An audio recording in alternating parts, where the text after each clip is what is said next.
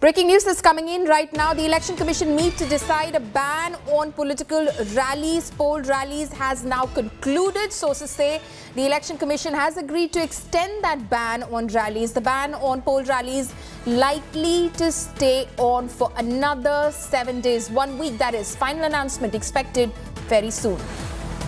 My colleague Milan Sharma is now joining me live on this. Milan, so it appears now via sources that the Election Commission is likely to extend that ban on big political rallies by at least 1 more week.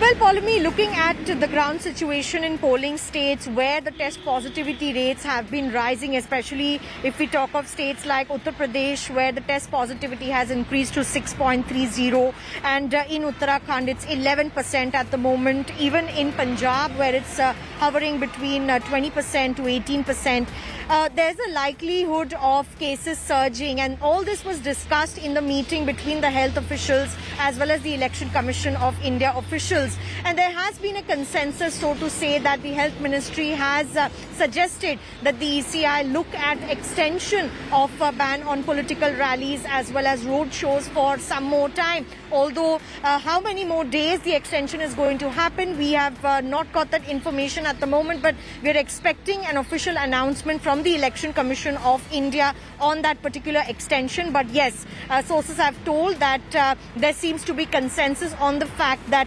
extension should be given in the light of growing cases, especially without naming any political parties. Another point that was discussed in the meeting is that political parties are ending up violating the COVID protocols, even as the model code of conduct is in place and the COVID protocols for electioneering has been put in place by the ECI, and strict action should be taken against such parties for non-compliance of COVID appropriate norms at the time when we are looking at a high surge across the country and not just in poll-bound states. So it remains to be seen what sort of action, in fact, the Election Commission does take against those political parties that are violating the COVID norms that have been put in place by the Election Commission in poll-bound states. Milan, thank you so much for joining us with those details.